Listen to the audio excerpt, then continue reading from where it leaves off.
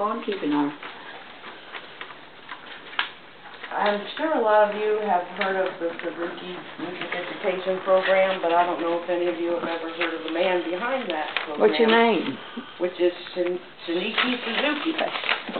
I know about the method because my daughter Anna plays the cello, and I've taken her to Suzuki conferences all across the nation. Oh. And I've learned a lot about it from doing that. Do you know that he was one of 12 children? No. He was. He was born in Japan, and he lived to be 99 years old. So he lived a good, long life. He taught himself to play the violin, and not till he was 17 years old, which is contradictory to what his philosophy is of teaching children to play right away, even from when they're 1 year old. He was the son, though, of a violin maker, and his father wanted him to take over the factory. He didn't want him to perform because he thought that was beneath him. But he worked there, and he set up sound posts. But believe it or not, he never heard how beautiful a violin sounded. So one day he was listening to, I think it was Mozart, and he decided that he wanted to learn to play, and that's when he started teaching himself to play. And then he went to Germany to study with a famous teacher, and there he met his wife, who was German, and they came back to Japan after the war, and the factory had been bombed.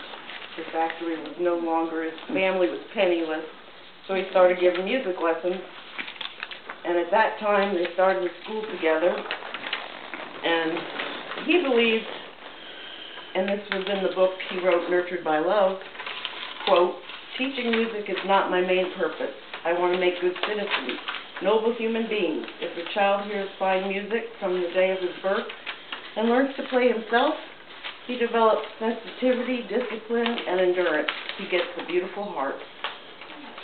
Dr. Suzuki always seemed young. He was full of energy and cheerful and loving to everyone he met.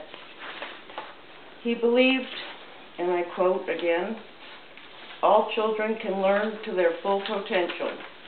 His theory was based on the mother tongue, and that was that if a child can learn to walk and talk, then he can also, or she can learn to play an instrument in the same way.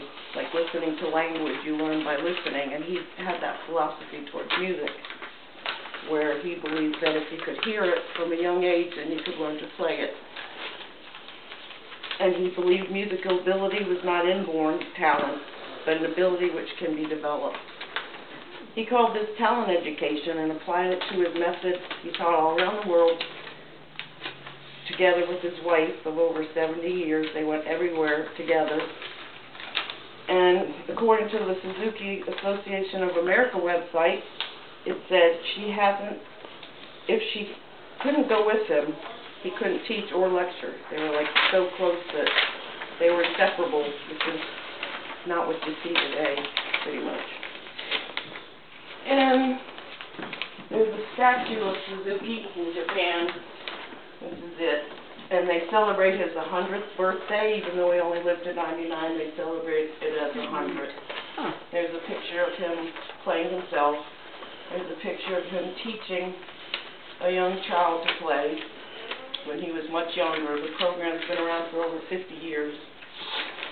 And some of the things the program is based on is getting an instrument to fit a small child, which makes a big difference because they can't learn on a big instrument. Their fingers are just too small. So he started with the violin. There you can see the various sizes of violin and the various ages of children. There's a young girl playing the violin. So along with the size of the violin, he also had parents play a huge role in it. In fact, he wanted the parent to learn the piece before the child.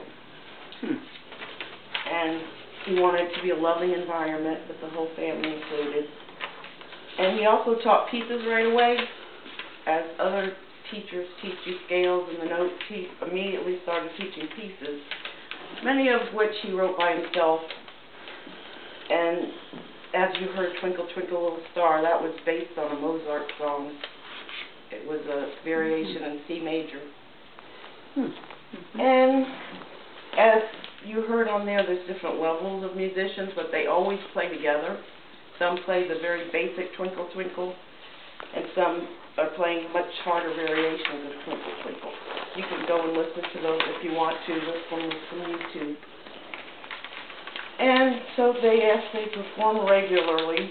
They have the small instruments. They start at a very young age, like as young as they want to. And another reason the parents have a big role in it is they see the parent playing, and then they want to play. It's not like you wait till they say, I want to play. If you're playing, then they want to do it too. So that's another way it's based. And let me see if I'm done.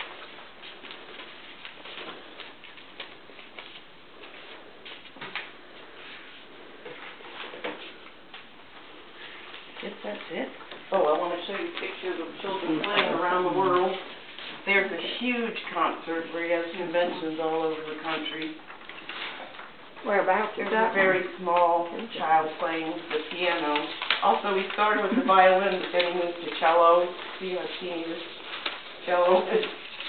And guitars, and piano. And there's just a pretty picture of them all sitting there. And that's about it. I hope you've enjoyed it. Thank you.